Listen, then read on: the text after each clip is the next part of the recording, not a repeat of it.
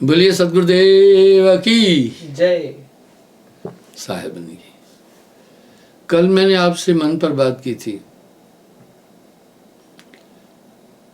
मन ही आए काल कराला, जीव नचाए करे बेहाला। ये बड़ा पश्तोर है। पूरा शरीर मन का अनुचर है। पूरी इंद्रियां मन का अनुकरण करती है और मन जितने भी काम मस्तिष्क के पास प्रेषित करता है सब इंद्रियों से संबंधित है। इसलिए ये जीव अधिभौतिक शरीर में फंसा हुआ है। यहां साहब का एक शब्द बड़ा सटीक है। संतो तन खोजे मन पाया। तन ही मन है, इंद्री मन है। मन के भ्रम की निवृत्ति के बाद जगत का अस्तित्व कुछ नहीं रहता है। अज्ञान इस संसार की आत्मा है। जैसे परछाई की उत्पत्ति प्रकाश से है, अंधेरे में प्रकाश का परछाई का अस्तित्व नहीं होता है। इस तरह एक तरह से यूं हम कह सकते हैं ये मन आत्मा की परछाई है। ये शरीर के अंदर भी नहीं है, बाहर भी नहीं है। बड़ा कौतुक है। और ये मन सजीव भी नहीं है, निर्जीव भी नहीं है। जैसे मैं एक चीज अक्सर कहता हूं, आत्मा शरीर के अंदर भी नहीं है, बाहर भी नहीं है। क्या बात है। अगर अंदर तो फिर कैद हो गई ना, अगर बाहर है तो फिर शरीर कैसे काम कर रहा है। इसी प्रकार से मन सजीव भी नहीं है, निर्जीव भी नहीं है। जैसे परछाई की उत्पत्ति सूर्य से है, ऐसे ही मन की उत्पत्ति मन आत्मा की एक तरह से परछाई है। पर यह प्रमाण यहां पर सटीक नहीं होगा। कहत कठिन समझत कठिन, साधन कठिन विवेक, होत घुनक्षर शब्द का तो प्रत्यु अनेक। ये चीजें कहने में भी नहीं आती है। इसलिए साहब ने एक शब्द कह दिया, कहत कबीर सुनो भाई साधु, कहन सुनन से न्यारा है। राम जी ने वशिष्ठ मुनि से एक प्रश्न पूछा। प्रश्न बड़ा प्रासंगिक है। बोला कि मन अधिभौतिक है या अंतवाहक है। दरअसल आत्मा अंतवाहक है, भौतिक नहीं है। ये संयोग गठान बड़ी अनूठी है आत्मा और मन की। जड़ चेतन है ग्रंथ बढ़ गई, यद्यप मिथ्या छूटत कट नहीं। ये गठान बड़ी असाध्य है। अभी आगे मैं प्रसंग में बताऊंगा। कह रहे जगत का हेरागर, जगत का मात्र एक कारण मनी है। वाह। कहत कबीर सुनो भाई साधो, जगत बना है मन से। मन के समग्र निग्रह होने के बाद संसार का अस्तित्व वैसे ही खत्म हो जाता है। जैसे जागृत अवस्था में आने के बाद नींद में प्राप्त वस्तुओं का और दृश्यों का अस्तित्व खत्म हो जाता है, इसी तरह मना निग्रह होने के बाद जगत का अस्तित्व ही बाकी नहीं रहता है। कहत कबीर सुनो भाई साधो, कहत कबीर सुनो भाई साधो, जगत बना है मन से, मन ही आए काल कराला, जीव न चाहे करे बेहाला। विडंबना है, मन की पोषक, मन की सत्ता तो आत्मा है, उसी आत्मा की सत्ता लेकर इसने, मन ने आत्मा को बांधा है। कितना साहब का सुंदर रूपक है यहाँ। आपो आप ही बन लो, अपने आप ही आत्मा ने अपने आप को बांधा, अपने आप ही अपने को बांधा। जैसे स्वान कांच मदल में भ्रमक भूख पर, भ्रम के कारण। भ्रम क्यों हुआ आत्मा को? माया का संसर्ग पाने के बाद आत्मा ने अपने को शरीर माना। शरीर मानने के साथ इसमें भ्रम उत्पन्न हुआ। जैसे परछाई का उद्गम सूर्य से ही है, इस तरह मन माया एक है और इन दोनों का संचालन आत्मदेव कर रहा है। मरकट मूठ स्वाद नहीं छाड़ो, घर घर रटत फिरो। बंदर सुराही में हाथ डालता है, भीगे चने खाने का शौकीन है, मुट्ठा फैल जाता है।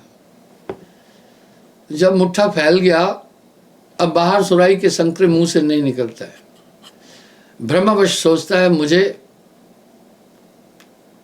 घड़े में किसी ने पकड़ लिया है। कोई नहीं पकड़ा, वो बेवकूफ बंदर चिल्लाता है मुझे बचाओ, किसी ने मेरा हाथ पकड़ा है।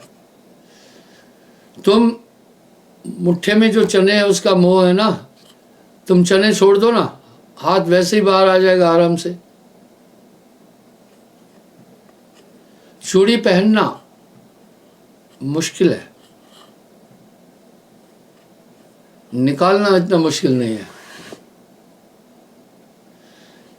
इसी तरह जिस सुराही में हाथ पड़ गया, निकालने में दिक्कत नहीं है, लेकिन साथ में जो मुट्ठे में हमने भर रखी है ना भीगे चनों की एक संख्या, वो बाध्य कर रहे, हाथ बाहर नहीं आ रहा है और बड़ा जतन कर रहा है, चिल्ला रहा है।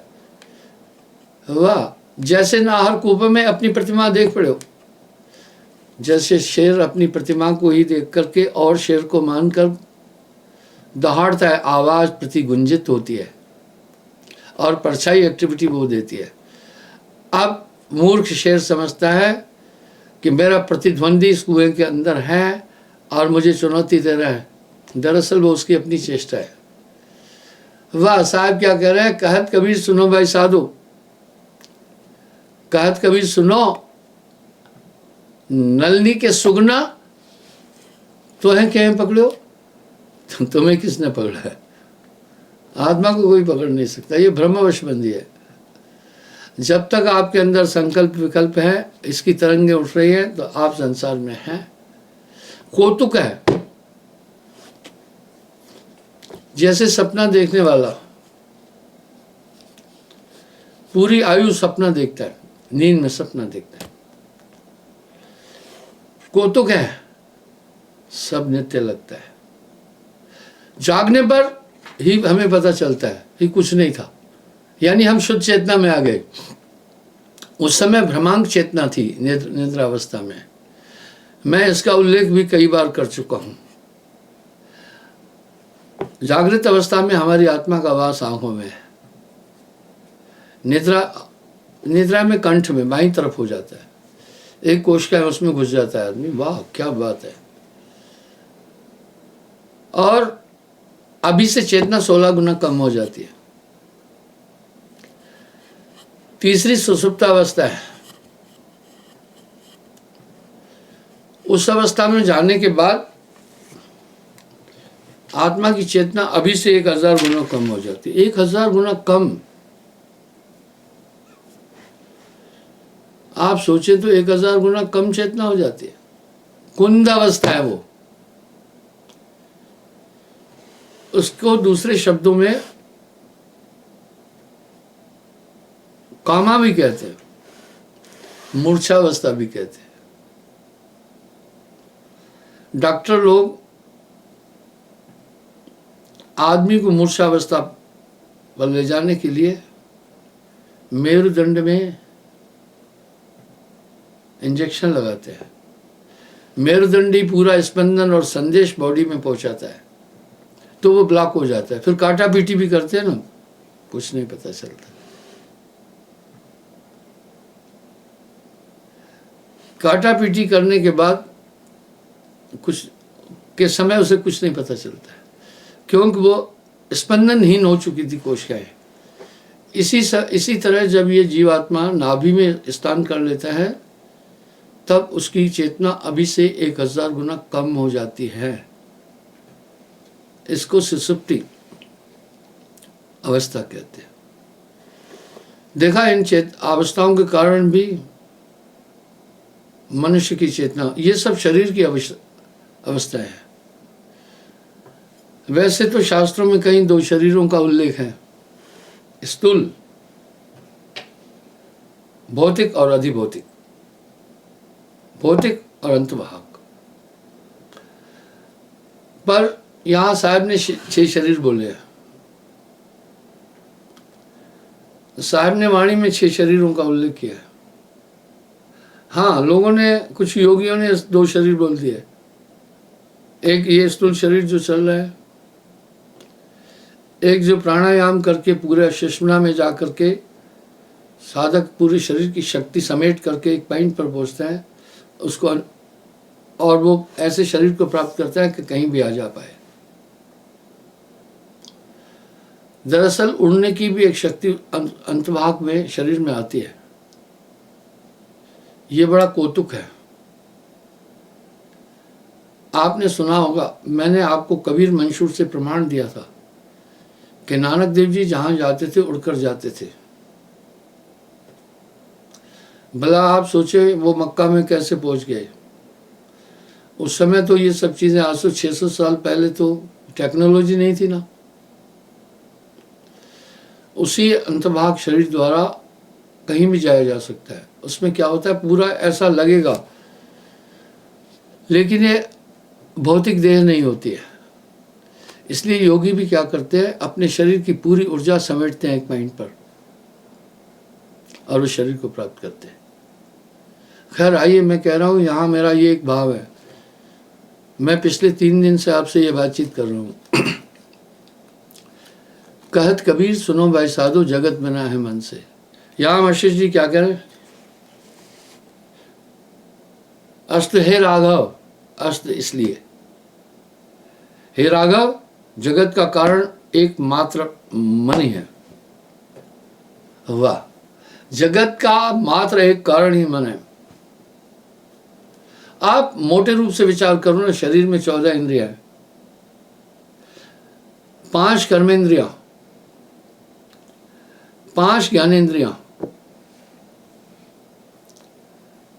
अंतःकरण की 4 सूक्ष्म इंद्रियां, ये सब मन है। रोम रोम मन है। इसका मतलब है जो हम आंखों से देख रहे हैं ये भी मन है, जो हम कानों से सुन रहे हैं ये भी मन है, जो हम मुंह से बोल रहे हैं ये भी मन है,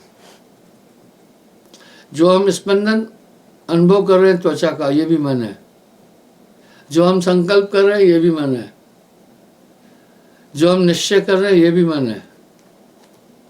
इसलिए मन के 2 रूप है, स्थूल और सूक्ष्म। स्थूल में ये पूरी काया मन है। देव निरंजन सकल शरीरा, तामे भ्रम भ्रम रहल कबीरा। क्या कौतुक है। और सूक्ष्म में निराकार मन है, और मन माया तो एक है। यानी माया का पूरा, माया काया माया एक ही जानो। जैसे ड्राइवर और गाड़ी 2 अलग चीजें हैं, इसी तरह मन और माया 2 अलग चीज प्रतीत होती है, पर हैं एक। बहुत बड़ा कौतुक है, दुनिया का हर आदमी इसको कहता भी है कि मन माया में हम फंसे हैं।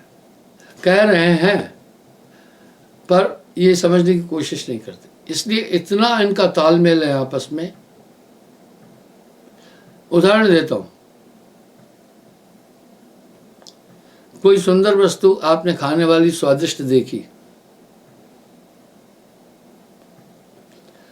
आपके मुंह में पानी क्यों आ गया? मुंह में पानी क्यों आता है? जब हम कोई चीज को खाते हैं, उसके स्वाद के कारण लार ग्रंथियां पानी छोड़ती है, वो पानी ही, लार्वा ही भोजन को हजम करता है। पानी क्या बोल रहा है? तुम कुछ भी खाओ, मैं हजम कर दूंगा। पानी हजम करता है, पर क्या कहता है पता है? मुझे भी हजम करने के लिए, मुझे पानी को हजम करने के लिए बोल रहा है, मुझे भी एक चीज चाहिए, आपके मुंह का लार्वा, आपका लार्वा चाहिए पानी को भी हजम करने के लिए। इसलिए जितना अधिक आप चबाएंगे उतना बेहतर है। एक बार मैं प्लेन में यात्रा कर रहा था, एक लड़के ने एयर होस्टेस से डिमांड करके एक चीज खाने की मंगाई। वो मिडिल सीट पर था, मैं आयल सीट पर था, किनारे पर था। मैं यात्रा में किसी से संपर्क नहीं करता हूँ, बातचीत नहीं करता हूँ, शांत रहना चाहता हूँ। बोलना मेरी मजबूरी है। अध्यापक बोले बगैर किसी को कुछ नहीं सिखा सकता है। बोलना मेरी मजबूरी है। वो कुछ खा रहा था,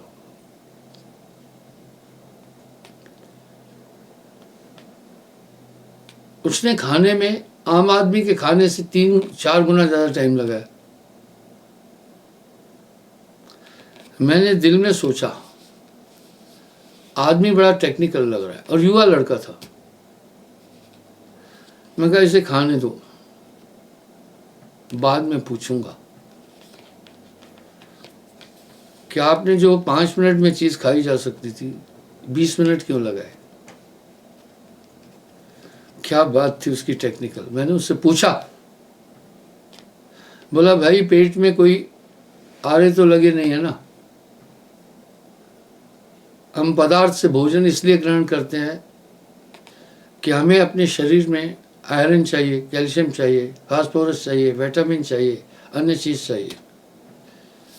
ये सब कहाँ से मिलती है? हमें खाद्य पदार्थों से मिलती है, हरी सब्जियों से, नींबू से विटामिन सी की प्राप्ति, और कई ऐसी चीज़ें हैं आप नहीं देख रहे हैं।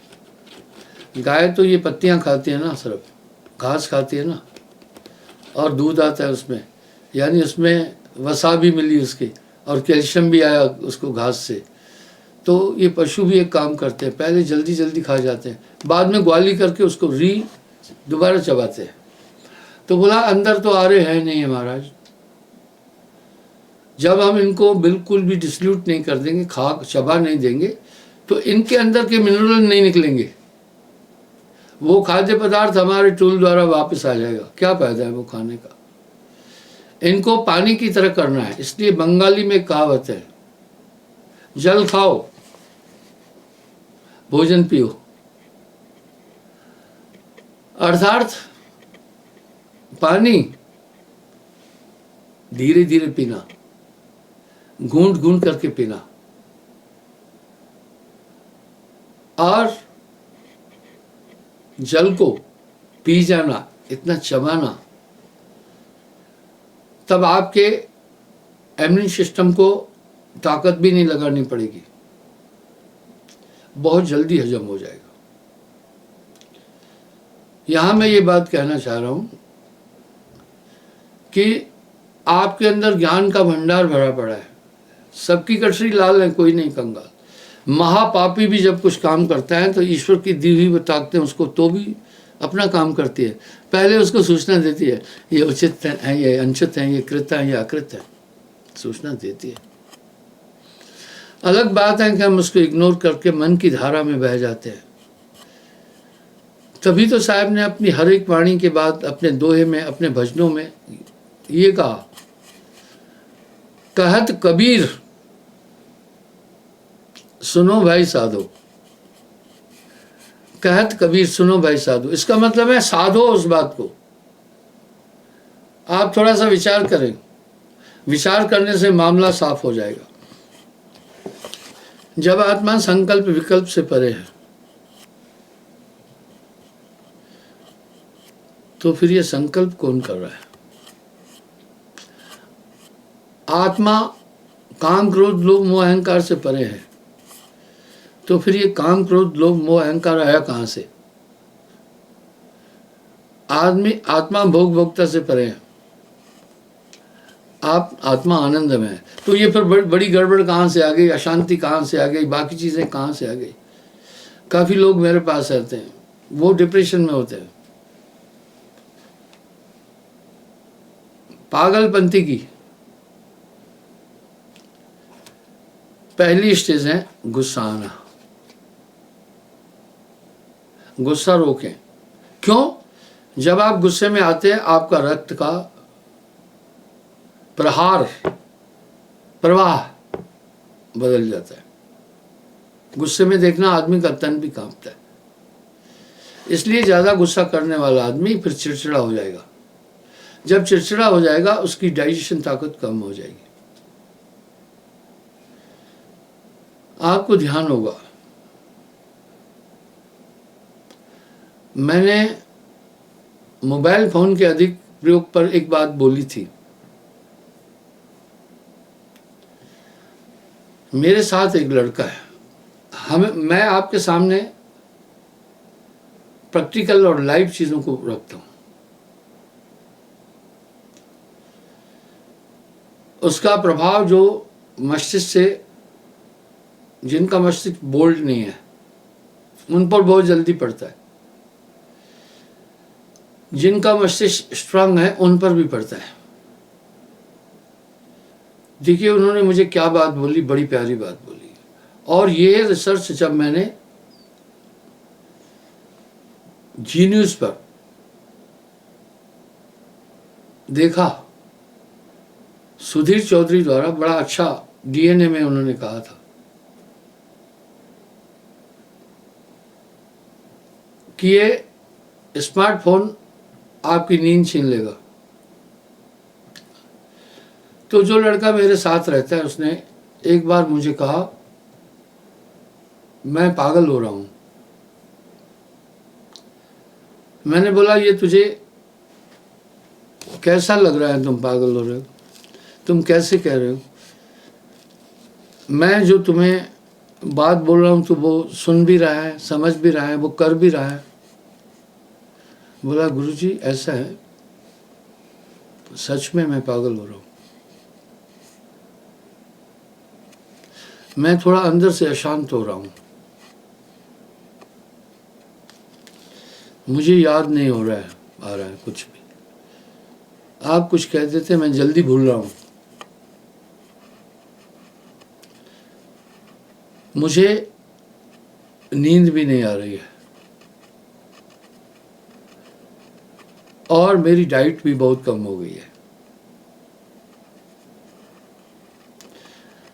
मैंने पूछा, कारण बता सकते हो? बोला हाँ। उसने पहले ये बताया। अभी 2-4 दिन पहले मुझे उसने एक बात बताई, बड़ी प्यारी। मैं थोड़ा फोन का यूज कर रहा था ज्यादा। देखिए उसने कितनी प्यारी बात बताई। इसलिए मैं लाइव यानी किसी से वीडियो कॉल नहीं करना चाहता हूँ, किसी से फिजूल बातें नहीं करना चाहता हूँ। इससे आपकी एनर्जी पर असर पड़ेगा। उसने बोला, गुरुजी मैं क्या करता था, ये मेरी हालत क्यों हुई थी, आज आपको बताता हूँ। मैं रात को सोने से पहले आपसे निपट कर 1 घंटा मोबाइल फोन का यूज करता था। इसके कारण मुझ पर जो प्रभाव पड़ा गुरुजी समझे। पहले मेरी नींद डिस्टर्ब हुई। यही सुधीर चौधरी ने भी डीएनए में बताया था, और ये डीएनए जो किया था काफ़ी लोगों पर रिसर्च किया था। फिर उसने बताया मेरी नींद कम हो गई। याद रखना, जब आपकी नींद कम हो जाएगी आपका डाइजेशन सिस्टम बहुत ज़्यादा प्रभावित हो जाएगा। कृपा करके जो अधिक स्मार्टफोन का प्रयोग कर रहे हैं वो इससे बचें। लेकिन कुछ लोगों को जरूरी करना पड़ता है। मैंने उस दिन एक चश्मा भी दिखाया था। उदाहरण सामने है, ये अजय मेरा प्रोग्राम रिकॉर्डिंग करता है, एडिटिंग करता है, फिर सेव करता है, फिर यूट्यूब में ट्रांसफ़र करता है। इसमें बड़ा समय लगता है, इसको नेट पर बहुत बैठना पड़ता है, इसकी हेल्प करने वाला कोई नहीं है। ये पूरा काम इसको अकेले करना पड़ता है। मुझे याद है सन 94-95 की बात थी। एक आदमी मेरा प्रोग्राम रिकॉर्डिंग करता था, एडिटिंग करता था, सेव करता था और टेलीकास्ट कराता था। चैनल की फीस के अलावा मुझसे वो करीब 90,000 रुपये एक्स्ट्रा लेता था। 90, 70, 60 इतना वो एक्स्ट्रा लेता था। तो ये पूरा काम अकेला कर रहा है। मैंने इसको, अभी यंग है, 30-31 साल एज है, मैंने इसको राय दी। चश्मा पहनने के बाद कुछ समय बाद इसने क्या बोला पता है? मैंने इसको समझाया, यू आर क्वाइट यंग, इसलिए अभी तुम्हें ये असर नहीं पड़ेगा, आगे तुम पर ये असर पड़ेगा। और सबसे पहले, बहुत छोटा देश है जापान, बड़ा फाइनेंशियली भी स्ट्रांग है और विज्ञान में भी बड़ा स्ट्रांग है। सबसे पहले वो कलर टीवी को ख़त्म कर रहा है अपने देश से, ब्लैक एंड वाइट को लगा रहा है, वो पहले ख़त्म कर रहा है। यानी ये कलर टीवी की जो रेजेस है आपके आई लेंस को इतना ज़्यादा डिस्टर्ब करती है। जैसे सूर्य की तरफ देखो ना, तो उससे विविध प्रकार की किरणें निकल रही हैं। वो आप थोड़ी देर सूर्य की तरफ देखते हैं तो बाद में अंधेरा दिखता है, ठीक वैसे ही ये काम है। और जब आपकी आंख पर असर पड़ा तो ब्रेन पर असर पड़ेगा ही पड़ेगा। इसलिए चश्मा एक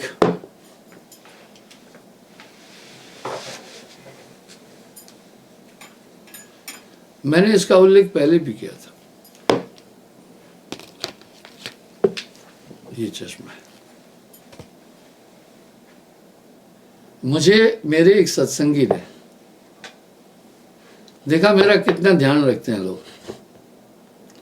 मुझे कहा, गुरुदेव आप रात को भी सफ़र करते हैं, गाड़ी में बैठते हैं, सामने वाली गाड़ियों की जो लाइट आती है बहुत डिस्टर्ब करती है, मैं आपको एक चश्मा दूंगा, उससे आपको लाइट का डिस्टर्ब नहीं होगा। देखिए वो फिक्र किया मेरी। मैंने इसको, हालांकि उस समय देखो आपका ब्रेन पर असर पड़ता है। मैं प्रमाण देता हूँ, आप रात में देखना रोड पर आपको कुत्ते, बिल्लियाँ, सियार, लकड़बग्घे ये मरे हुए मिलते हैं। वजह उनकी आंखों पर जब लाइट पड़ती है उसमें विविध प्रकार के कलर है, वो सीधा उनके ब्रेन को डिस्टर्ब कर देते हैं। इसलिए वो फैसला नहीं कर पाते हम कहाँ जाएं, वो मर जाते हैं वहीं पर ही। उसने मुझे ये चश्मा दिया, मैंने चश्मा पहना, उसने मेरी आंख में टार्च मारी, आप मानेंगे मुझे यूं लगा कि टार्च में प्रकाश उतना ही लगा, पर मैं 1% भी इरिटेट नहीं हुआ। मैंने फिर एक और चश्मा बनाया, एक यात्रा के समय गाड़ी में ही रखा हूं, एक बाकी टाइम पर, जैसे अभी। खैर अभी तो मैं जब आपसे बातचीत करता हूँ स्क्रीन रिमूव कर देता हूँ, लेकिन ये कभी कभी भूल जाता है उसको हटाना, तो इतना असर नहीं पड़ता है उसका। तो बंधुओं, ये ब्रेन पर असर डालती है पूरी चीज़ें। इस तरह मैं आपसे मन पर बातचीत कर रहा हूँ। अगर आप, डॉक्टर एक बात और बोल रहे हैं बड़ी अच्छी, कह रहे हैं 50 साल की उम्र के बाद आप चश्मा लगाएं, पक्का लगाएं। अगर आपकी आई साइट ठीक भी है तो आप 0 पावर का लगाएं। अगर बॉक्सर मुक्का मारता है और हवा में हुआ तो उसको बहुत झटका लगता है। इसी प्रकार जब आप डायरेक्ट दूर के दृश्य को देखते हैं, आपकी एनर्जी इन्वेस्ट होती है, इसलिए आंख बंद करने के बाद आदमी सुकून फील करता है, एक शांति, एक आनंद फील करता है। तो ये दृश्य ब्रह्म जगत पर मैं बात कर रहा हूँ। इस तरह आपकी एनर्जी इसमें इन्वेस्ट है। इस समय आपकी आत्मा की ताकत जगत के भौतिक पदार्थों में उलझी हुई है।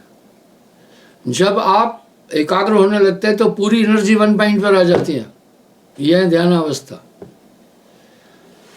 इसलिए साहब की थ्योरी कंसंट्रेशन पर डिपेंड है। तो 14 के 14 आइटम जो बॉडी के अंदर पड़े हुए हैं, आपको भ्रमित करने वाले हैं, ये सब मन है। संतो तन खोजे मन पाया। इसलिए मन आपकी एनर्जी को इन्वेस्ट करना चाहता है, बाहर आपकी एनर्जी को एक्सप्लॉइट करना चाहता है, अंदर नहीं समाहित और कंसंट्रेट नहीं होने देना चाहता है। इसलिए ये पूरा ताबूज जो बना हुआ है, ये सम मन का अनुकरण करता है। तो साहब यहाँ क्या करे, संतो तन खोजे मन पाया। तन ही मन है, इंद्री मन है। तन ही मन है, इंद्री मन है। इसलिए ये पूरा तामझाम जो आपकी बॉडी का है, आपका शत्रु है। कभी भी आपको एकाग्र मन नहीं होने देगा। यही तो वशिष्ठ जी कह रहे हैं, साहब भी कह रहे हैं, संतो तन खोजे मन पाया। तन ही मन है, इंद्री मन है। हाँ, ये इंद्रियां कम भटका रही हैं क्या? ये मन कम भटका रहा है क्या? ये सभी इंद्रियां, ये मन है। संतो तन खोजे मन पाया। तन ही मन है, इंद्री मन है, जो कुछ है मन है। कहत कबीर, सुनो भाई साधो, जगत बना है मन से। मैं कल पुनः हाजिर हो जाऊंगा, बस इस मन पर नियंत्रण करना है सुमरण से। कल पुनः मैं हाजिर हो जाऊंगा। आपको एक प्रार्थना करना चाहूंगा। इस समय भीषण गर्मी है, आप धूप में नहीं घूमे। बहुत मजबूरी भी हो बचो। सूर्य की तीक्ष्ण किरणें आपके पूरे शरीर और मस्तिष्क पर असर डालती है। ऐसा क्षण भी कम करें। बहुत जरूरी हो तब बाहर निकले। पानी खूब पिएं। ठंडा पानी मत पीना। ठंडा पानी आपको बहुत बड़ा नुकसान कर देता है। आपके शरीर की जठराग्नि का पूरा संतुलन बिगाड़ देगा। आपसे मैं प्रार्थना करना चाहूँगा। मैं जानता हूँ, मैं ये कहूँगा तो काफ़ी लोग मेरा विरोध करेंगे। आप बहुत बूढ़े तो नहीं हैं, आप जूस क्यों पी रहे हैं? डब्बों में बंद, बोतलों में बंद, बहुत पुराना, वो आप क्यों पी रहे हैं? वो दूषित है। एक बार मुझे किसी आदमी ने एक जूस था छोटे पैकेट में, मैं नाम नहीं लूंगा कौन सी कंपनी का, उसको खोला, फेंका और उसके डब्बे को दिखाया, कीड़े थे। आप फल आपको पूरा हजम होगा जब आप दांतों से रस के साथ में फल खाएंगे। हाँ, जूस मैं भी पीता हूँ, पर मैं फल खाना नहीं भूलता हूँ। मजबूरी है, समय कम मिलता है। फलों का मैं सेवन ज़्यादा करता हूँ। फल आपको तंदुरुस्त रखेंगे, मोटा नहीं होने देंगे। वनस्पति का अधिक प्रयोग करें। आप बंदरों को नहीं देख रहे हैं, लंगूरों को नहीं देख रहे हैं, उनके बॉडी में ज़्यादा फैट्स नहीं। चटकी कितनी है, तेजी कितनी है, एक छलांग लगाते इधर उधर दौड़ते रहते हैं, कितने तेज है। इस तरह मैं ये नहीं कह रहा हूँ आप फिर लंगूर बन जाओ, ऐसा नहीं कह रहा हूँ, पर आप अपनी डाइट पर नियंत्रण रखो। बच्चों को चॉकलेट, आइसक्रीम, सॉफ्ट ड्रिंक, ऐसे शरबत, टॉफियाँ मत खिलाओ। ये बहुत हानिकारक है, ये बहुत हानिकारक है। आप ताज़े दूध का सेवन करें। हर जगह हमारे देश में बड़ी अच्छी व्यवस्था थी, हर गांव में गोचर जमीन छोड़ी हुई थी। हमारी लाइफ स्टाइल बदल चुकी है। तो आप तंदुरुस्त रहे और सर्द गर्मी में बाहर कम निकले, फलों का अधिक प्रयोग करें और पानी गुनगुना पिए, ठंडा पानी न पिए और सॉफ्ट ड्रिंक का ज़्यादा इस्तेमाल न करें। ये जितने भी बाकी जितने बोतल में बंद जो आप देख रहे हैं, फलाना आप, ढिकाना आप, ये इनसे बचें, इनमें डेंजर केमिकल्स हैं साहेब।